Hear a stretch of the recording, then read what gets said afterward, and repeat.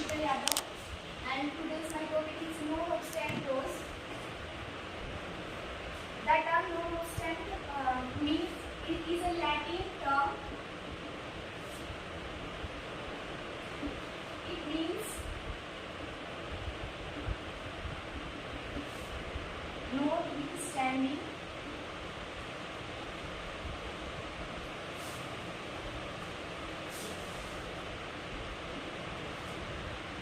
Key principle of no obstant clause are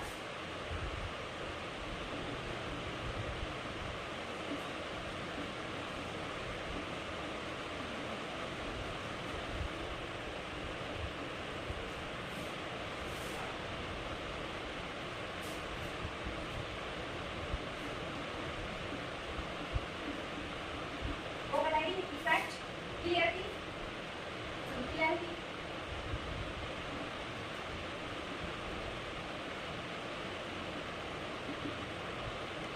appreciation, limited application,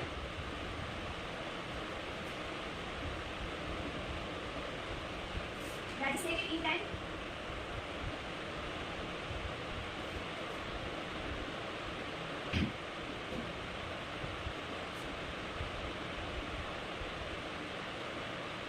strict interpretation,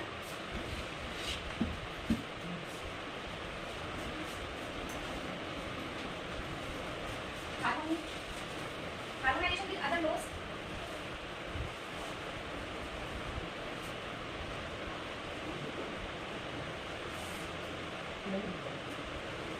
subordinate to constitutional principle. Some type of no obstant laws are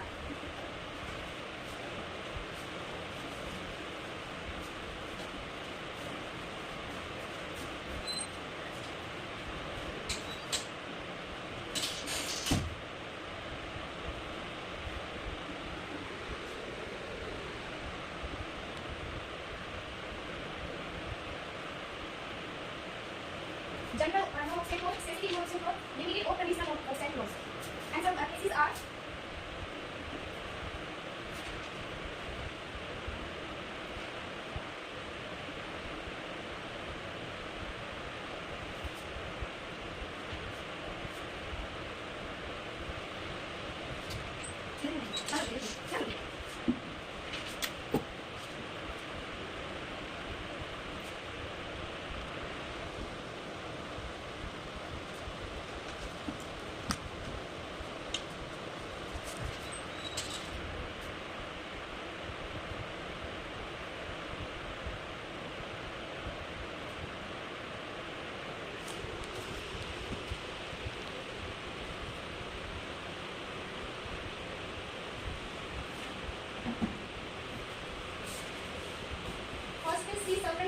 and others versus Sri Sheetal 1977. Next case is Innovation Industry Limited versus ICICI Bank 2017. Third case is Paschimyanchal Vidyut Vitran Nigam Limited versus Raman Ispat Private Limited 2023.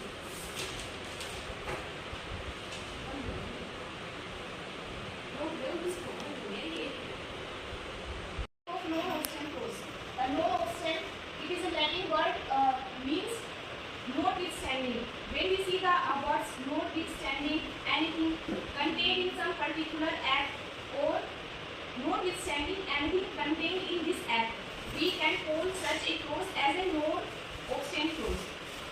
This is always inserted at the beginning of a provision with the objective of giving the provision an overriding effect over the statute or provision mentioned in the non-obstant clause. It is a commonly used legal provision serving the purpose of stabilizing that certain provision will prevail irrespective of any other laws, rules or provision to the contrary. The object is to ensure that the specific provision where this term is used take precedence over any other contrary provision of existing legislation. Type of non-obstant clause, general clause, general non-obstant clause, specific non-obstant clause, and limited. General clause, a general non-obstant clause has broader application across an entire statute or several laws. It gives a preference particular provision over another conflicting one. Example, notwithstanding anything contained in an other law from the time being in force.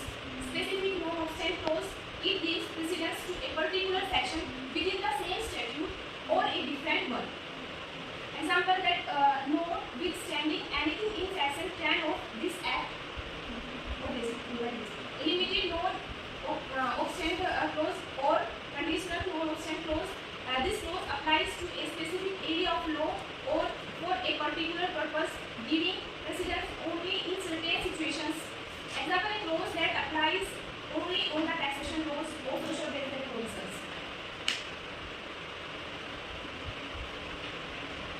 Now we discuss the case. First case is Sri Sarvan Singh versus Sri Kasturi Lal. The issue of this case is interpretation of a non-obstant clause under Representation of the People Act 1951. Key principle or key provisions are Section 8, subclause 3 of Representation of the People Act 1951 states disqualifying a person from contesting election convicted and sentenced for not less than 2 years. Section 8 of 8 subclause 4 grants temporary protection to sitting MPs, MLAs from disqualification. Legal question: does Section 8 subclause 4 overriding Section 8 of subclause 3 due to the non-obstant clause? Supreme Court ruling: non-obstant clause does not automatically override other provisions. Court must use harmonious construction to interpret both sections.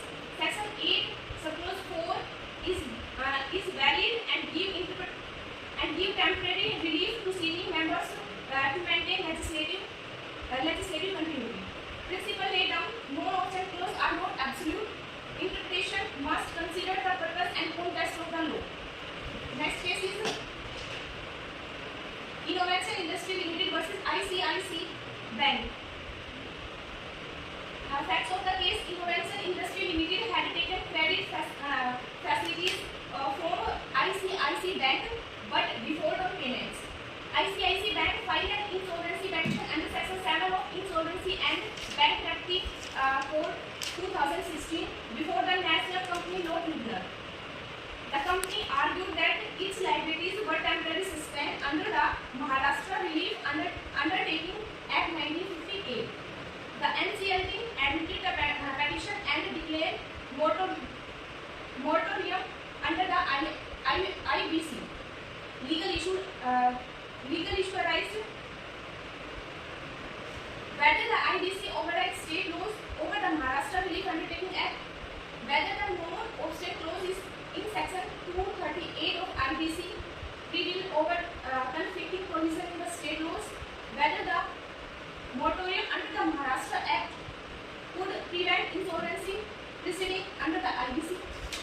Supreme Court decision: the Supreme Court upheld the NCLT's decision, ruling that the IBC overrides state laws due to its non-obstant clause, Section 238. It held that state laws cannot prevent insolvency proceedings under the IBC. The ruling reinforced the IBC's supremacy in insolvency matter, ensuring a uniform framework for corporate insolvency resolution. The next case is Paschimantchal Vidyut Vitran Nigam Limited versus Raman Ispat Private Limited 2023. Fact of the case is Paschimantchal Vidyut Vitran Nigam Limited entered into an agreement with Raman Ispat Limited Private Limited for the supply of electricity. The agreement stated that the outstanding electricity dues would constitute a charge on the assets of the company. Due to unpaid electricity dues, PVBNL Paschimantchal Vidyut Vitran Nigam attached the property of the Raman Ispat Private Limited in 2016. The district collector issued a notice for recovery of dues for occasion of movable and immovable property of the company. The National Company Law Tribunal ordered the release of the attached property to the liquidator for sale under the Insolvency and Bankruptcy Code 2016. PDVNL challenged this order before the NCLT, which dismissed the appeal. PDVNL then approached the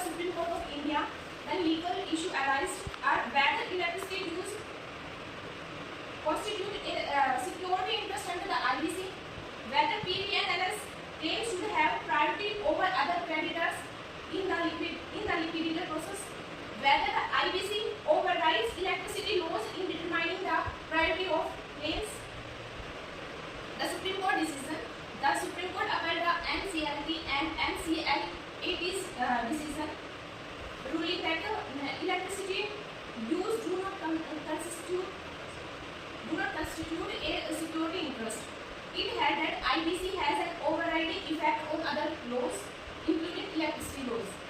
The court clarified that government use and operational debits have lower priority under the IBC's waterfall mechanism. The ruling reinforced the hierarchy of claim in insolvency proceeding, ensuring that the secured creditor